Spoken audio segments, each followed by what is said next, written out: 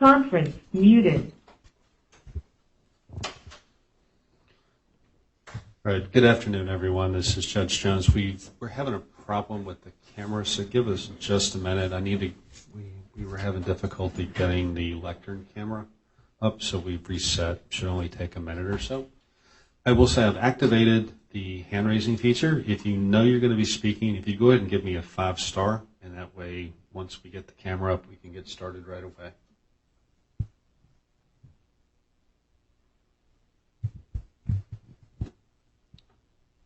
And Mr. Wolf, I saw you raise your hand. That tells me that you want to speak, but I got to get a 5-star on your telephone. That will open up your line.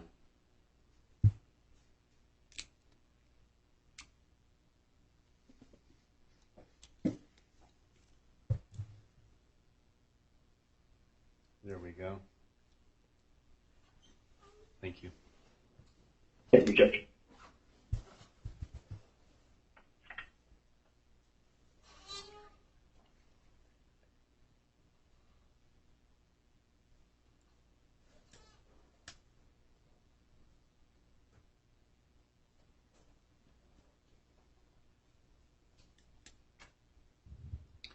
We ran over a bit on class today. Today's Wednesday. I'm hard to shut up once I get going.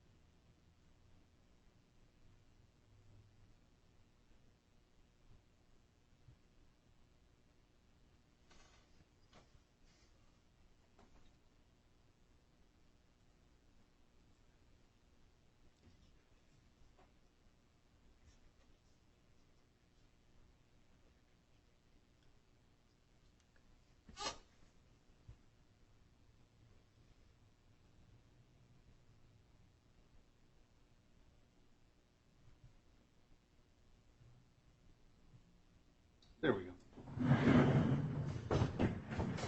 We have court speak up, Albert? We do. All right.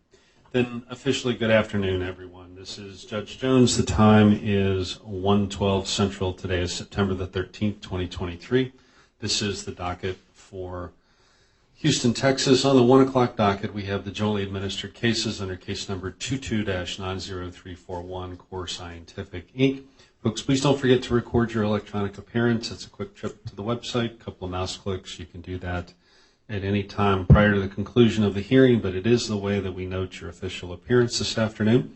Since we do have folks both in the courtroom as well as on GoToMeeting, for those of you in the courtroom, if you do rise to speak, just please make sure you come to the lectern. It's the only place we have a camera, and I want you to both be seen and be heard.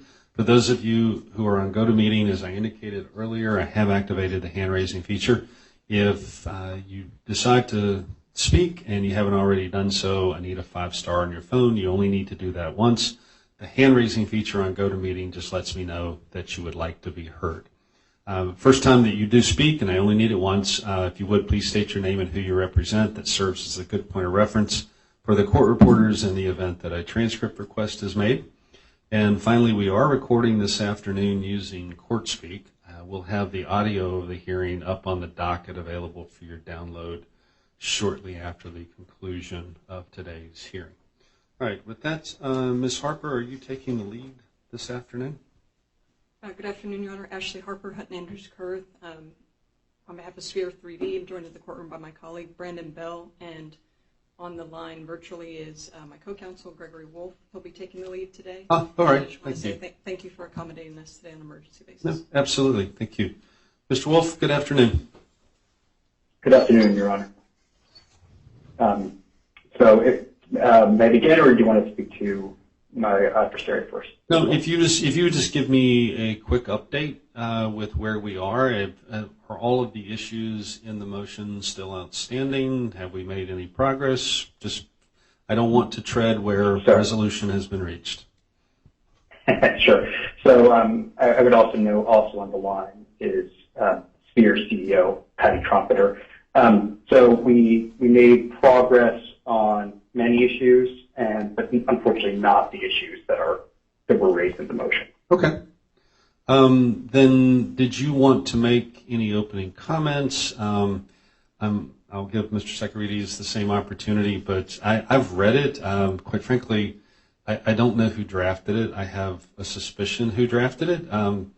This was done in the way I like to see it. It's just straightforward. It's sequential. I didn't take me very long to get ready at all. So however you'd like to proceed, I'm open and ready to go.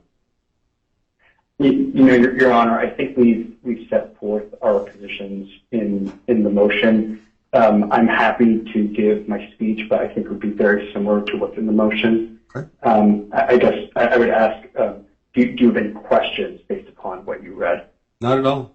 What I intend on doing after I give Mr. Securities an opportunity to speak is I'm just going to march right through them sequentially. I'm going to hear from each of you, and I'm going to make a ruling. Okay. Okay, Theodore Securities for the debtors of Wagacho. We also filed a cross motion. I don't know if you saw that, Your Honor. I did not see that. When was that filed? About an hour ago. I had class in my courtroom every Wednesday at noon, so no, I have not seen that. But let's go through 1221, and then if we need to take a break, and I will do that and read 1222, and then we can work through that one. Okay, and 1222, which is our motion, it's also the opposition, but I can argue it just as well from here. All right. So do you want to give me any general comments, or shall we just move directly to the issues? Yeah, I would. Sorry, go ahead. Sorry. No, please. That was directed to you. That's all right. So I'll then you can come back on. Yeah, we had another issue that we were able to resolve this morning that ended up not being in our cross motion, so we did make some progress there. I mean, I know you haven't read it yet, but that was, I think, helpful. And I think we had a lot of issues starting the day yesterday and got it down to these handful. So I think it's positive, but, we still have some disagreements. All right. So fair enough. Then let's just do this. As I understand it, the first issue that was brought by Sphere was the request for admission number 2. Everybody agree that that's the first issue identified? That's correct. So let me tell you, this is very easy for me. I understand the potential for ambiguity in using the words sign off. I do understand, and I really appreciate the inclusion of the exchange. Does anyone have any objection if we substitute the word approved for signed off?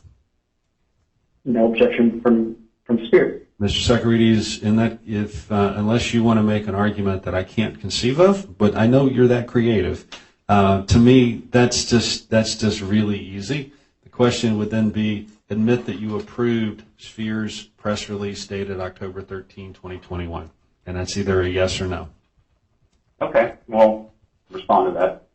So I agree with you, and we'll respond to that, in the next couple of days. All right. No, but okay. Well, we'll talk about deadlines when we get to the end. Mr. Carlson, okay. And I don't mean to give you busy work, but this is important. Could I ask you just to take some notes so that there's a clear path forward? All right, thank you. All right, so the next one are the interrogatories, and I really want to understand, Mr. Wolf, what it is that you were looking for. Sure. So So what I'm looking for is their contention on what any offset would be. Right. And I don't think that can be answered through the production of documents, and I'll give you the inverse. If we had been asked, what damages are you claiming? And I just said, well, look at we're just going to produce a bunch of documents, figure it out for yourself what our lost revenues are. My adversaries would be the ones in the courtroom today saying, they deserve to know what damages we're going to be claiming. We deserve to know what offset they're going to be claiming in the basis. Right. So first, let's start, Mr. Securities. Is there going to be an assertion of an offset? But there is, Your Honor, and I think if you look at our responses, we did say the topic areas, and we have documents that we're going to produce that will show how much was spent for XYZ building. But putting all that together and putting it in a number is going to be a difficult thing to do, and to just put in a narrative. But what we said we could do, when we put the documents together, we'll say, because I think one of their objections was they don't want to sift through things. They don't have to sift through things. We will produce documents and we'll identify them, because that's what Rule 33G provides. Right. That says, okay, these 27 documents that showed we spent GIML on a building that was meant for you guys is responsive to interrogatory 4, 9, and 10. That's what we propose to do. All right. So I'm going to consolidate interrogatories 4, 9, and 10, and you're going to state the basis and amount of each offset that you're going to assert. Okay. And you want to address timing at the end, Your Honor? Yes. Okay. All right. The harder one for me was the interrogatory number 3. And I will tell you, Mr. Wolf, I just didn't understand it. So if you could tell me what it is you're really asking for, then we can have a conversation. Sure. So what I'm after is a complete statement of what the requirements were. And what they say is, here are 6 requirements, among other things. Right. And if they know what the requirements were, there shouldn't be among other things. It should just be 6 requirements. And then I think it's fair game to get the basis. So and let me ask the you, reason for that. do you have your pleading in front of you, or can you access it? Sure. Which Paragraph same objection? Paragraph 60, yes, 1221. Paragraph 16, page 7. I'm not sure I have it in front of me, Your Honor. I can put it up. I just didn't know. Hold Sure. on. You're talking about their filing, Your Honor? Yes. Yeah, okay. Oh, my filing. Oh, I can. Sorry, I thought you meant our proof of claim. I can bring that up momentarily. So should be on the screen. Yeah, I have it up in front of Okay. me as well, Your Honor. I apologize.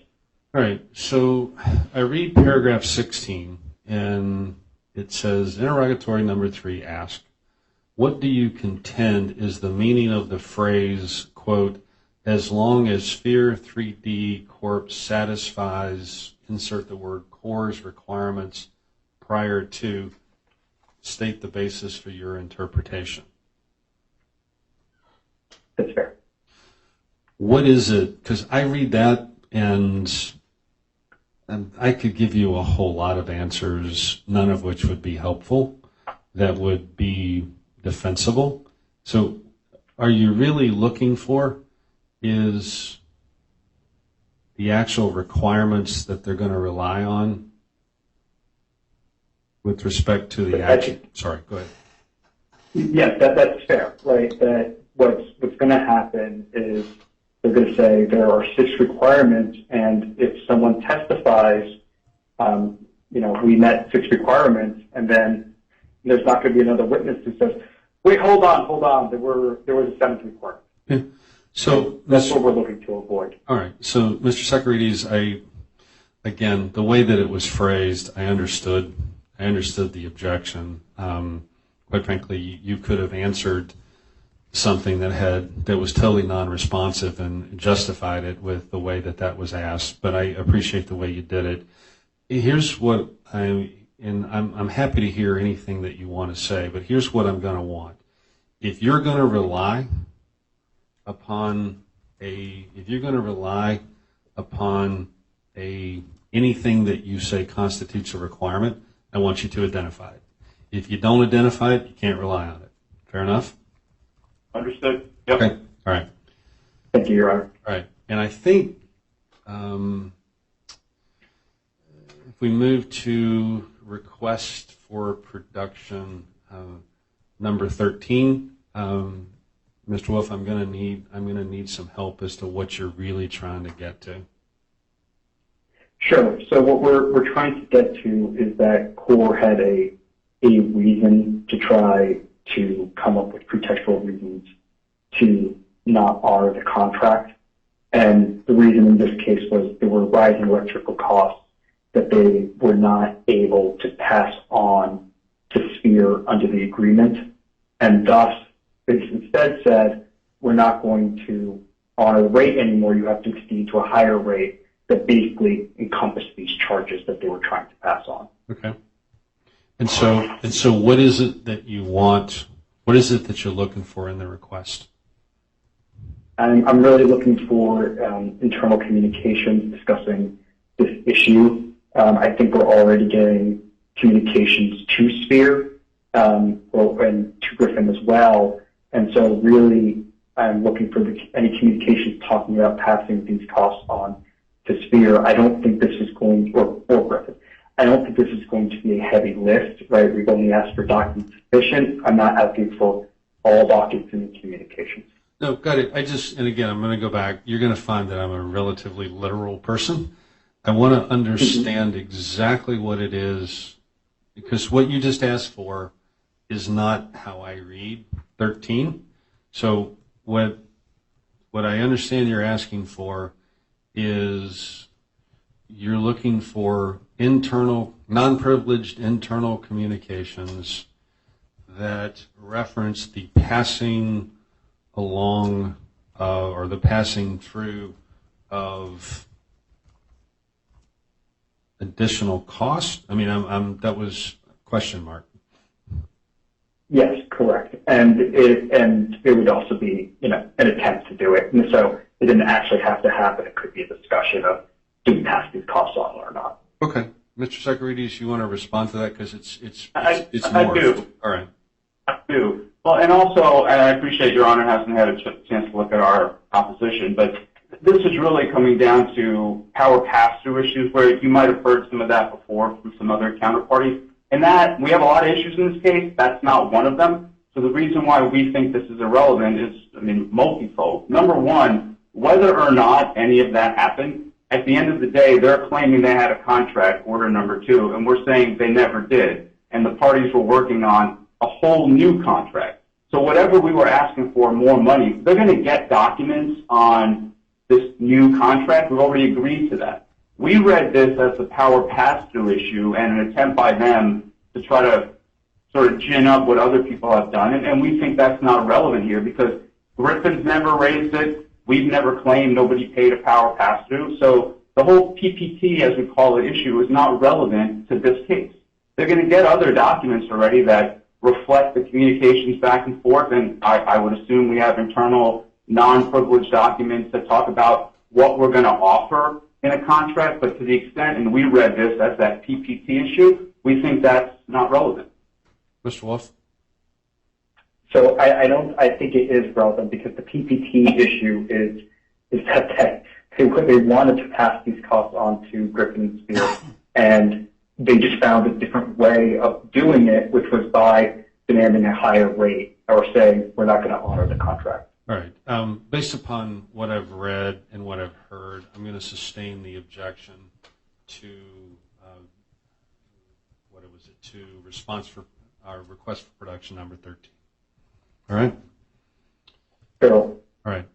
And so you're telling me, Mr. Socarides, that what I now need to do is I need to take a break, and I'm assuming, Mr. Wolf, have you had the opportunity to read 1222? very briefly, but I already I had a preview of the issue yesterday. All right. Then, Mr. Socarides, what I'd like to do is I'd like to take, again, just because I haven't read it, is to take let's say a 15-minute break, let me read it, and resume at 1:45 Central, unless you have a more efficient way of dealing with it. No, I think it would be helpful for you to look at it, and it's really just the second part, because the first part's the opposition to the motion we just finished. Okay. So it's just a few pages. So you're telling me can we just stay up on the? Absolutely, and that would be great. Just for those folks who are watching and listening, you're telling me it isn't going to take me 15 minutes because I don't need to read the first part. And it might take you 2. All right, then let's do this. It's 1:29 for those folks who are listening. If you want to stay on the line, that's great. You'll see me pop back on. For those folks that want to step off and come back, it'll be no sooner than 1:35 Central Time. All right? Okay, great. Thank you, Your All Honor. right. Thank you, folks. I'll be back again no sooner than 1:35.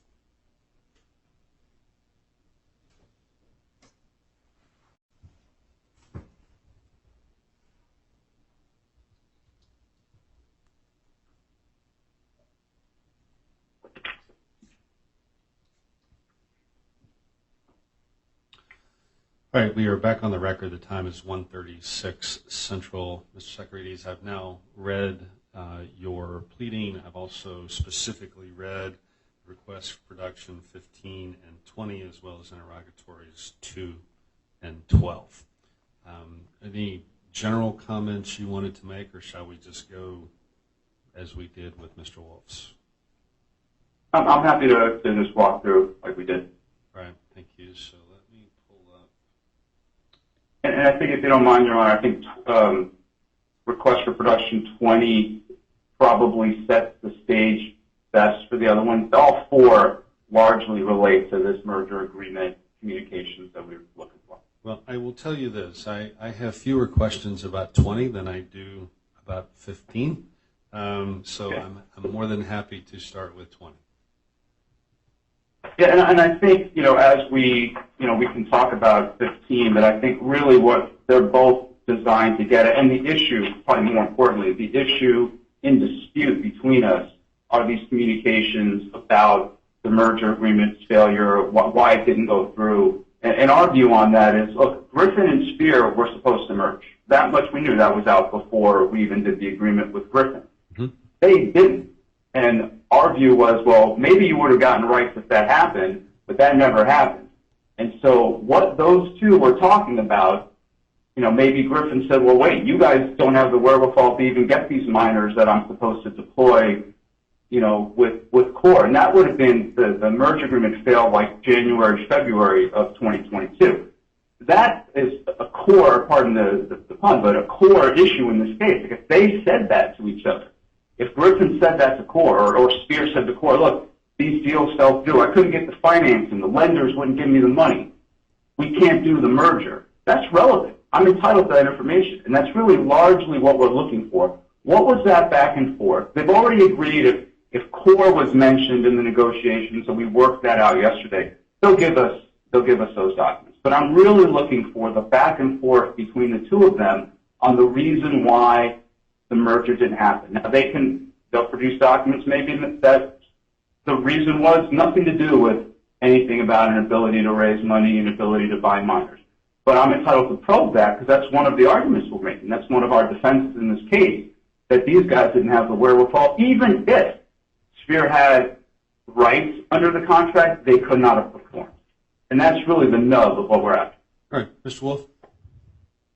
Sure. So let me set the table, Your Honor. There's no dispute the merger did not occur, and there was the clause in the delegation agreement that all Griffin's rights would pass to Spear if the merger had occurred. We're not contending that it occurred, and I want to make clear we're not trying to use the merger as a shield. If Core is mentioned in the context of merger discussions, it's getting produced.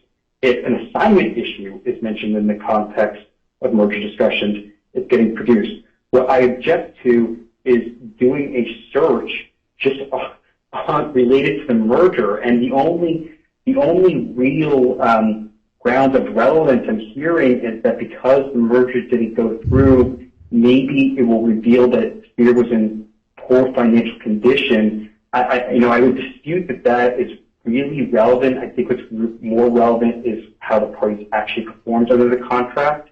But at best, it's borderline, and we're already producing documents that really go to the heart of those issues. We've agreed to produce, and I'm going to give you some answers, Your Honor, some examples. We've agreed to produce documents reflecting how many minors Sphere had at any given point. We've produced documents that are going to show its efforts to raise capital. We've agreed to produce documents showing its financial condition. And we've agreed to produce documents reflecting communications with folks who were selling at minors. So the notion that the failed merger is going to reveal better or more than those categories of production that Sphere didn't have the wherewithal to perform or was in poor financial health, you're really going through it through a very oblique way and a very burdensome way. A merger has a lot of communications, it has a lot of privileged documents, it has a lot of lawyers involved. So we would submit that this is really not an appropriate area for discovery. And I would add one more thing, Your Honor. I think you saw our request. We tried to keep them targeted in line with what you instructed. I think our adversaries have gone much broader than we have. In the event that you ordered this discovery, we really don't want to hear complaints from the other side about the scope of discovery going forward. All right. Based upon what I've heard, I'm going to sustain the objection to 15. I'm going to modify 20 and require the production of all documents and communications relating to the reasons why the merger contemplated by the merger agreement was not consummated and or did not close. I'm going to narrow it to that one topic as opposed to all documents and communications related to the merger. All right? And sorry, Your Honor, what and the resolution on the interrogatories? Well, we haven't gotten to it yet. Oh, I apologize. All right, Mr. Securities, let me pull up Exhibit C so I have the interrogatories in front of me. All right.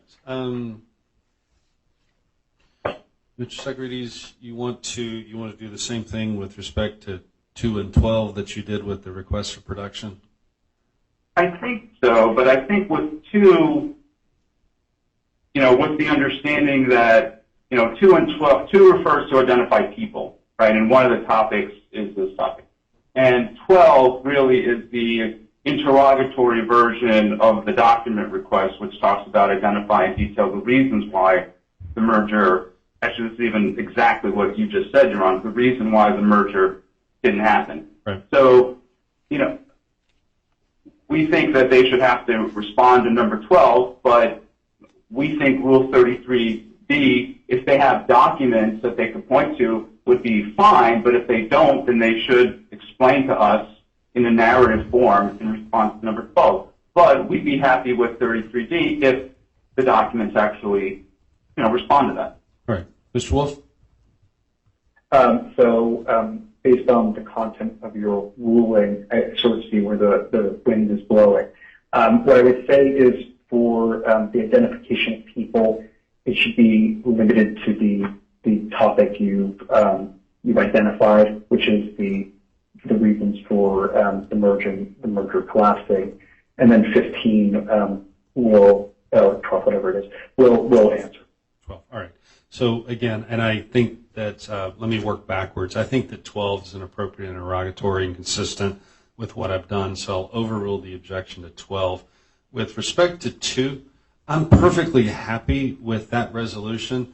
I will just tell you, I didn't know how in the world 2, the way it's written, could actually be complied with. And so if the issue is that we'll identify persons that have knowledge, documents, or information concerning the reasons why the closing didn't occur, I'm perfectly comfortable with that outcome, Mr. Securities, with just not asking you if you agree with it, but just given what I've done, do you think that would be consistent with what I think the appropriate scope is? I do, and just so we're clear, as relates to number 2, we're talking about with respect to the merger agreement piece, because they obviously, they're not going to change their responses for the other stuff. We're just talking about the merger. Yeah, I think what you said is entirely appropriate given your ruling, and I think that's consistent with an approach. I mean, I think that's what we should do. All right. Yeah, and I'm not sure the list of people identified is going to change much. Okay. Yeah, and that's fine. I don't know what you've done or what you haven't done. So let me ask this: with the narrowing that has occurred, because I told you we'd come back around to timing. I just wanted to see where this was going to fall out. Look, I know you both. I trust you. I know your reputations. You want me to pick a date? Do you want to pick a date between the two of you? Do you want to step offline for a minute? Do you want to make argument and I pick a date? I'm happy on either path. I just want what makes sense. I mean, since we're probably the ones that have to do more on the interrogatories, on the one with the approved, I can do like Friday. The ones with the damages, I would ask for a week, Your Honor. Mr. Wolf? A week sounds appropriate. All right. And then with respect to any supplementations, changes, or answers that you're going to do, you want to just so we don't get lost in the dates, just make everything due in a week? That sounds like an appropriate resolution, Your Honor. Mr. Secretary, is you okay with that? That is fine, and I forgot about the requirements one, if I can have a week on that one too. Everything gets done in a week. Okay. And that way, So, Mr. Wolf, yes, sir. sorry, so just to be clear, that'll be I'll will be due the 20th. That would be a week in my book. Thank you. I guess you could have a 8-day or a 10-day calendar, but no, using 7-day calendar, 20th today. And let me just make sure, I want to make sure, and this is a serious issue, I want to make sure I'm not stepping on top of any holidays. Not for me, at least. I can't speak for everyone on my team, but not for me. Got it. So my understanding is that Rosh Hashanah is like Friday or Saturday. I should have it marked on my calendar, and I just don't, and I apologize for that. If on either team, if I'm stepping on top of a holiday with a due date of the 20th, could you please text or scream at Mr. Sakarides or Mr. Wolf, respectively? If Your Honor, if it turns out someone has a obligation, I'm sure Ted and I can work it out and extend it a day as needed. All right, fair enough. Then, folks, what I intend on doing is just making a simple docket entry that the resolution of the competing motions is as announced on the record pursuant to 7052. Is that sufficient for both of you, just in case we need to go back and visit any of these again? Yes, That's right. All right. Thank you. Anything else, folks? That's it. No, thank you for your time, Your Honor. Thank you all. Appreciate it. Have a great day. We'll be adjourned. Bye.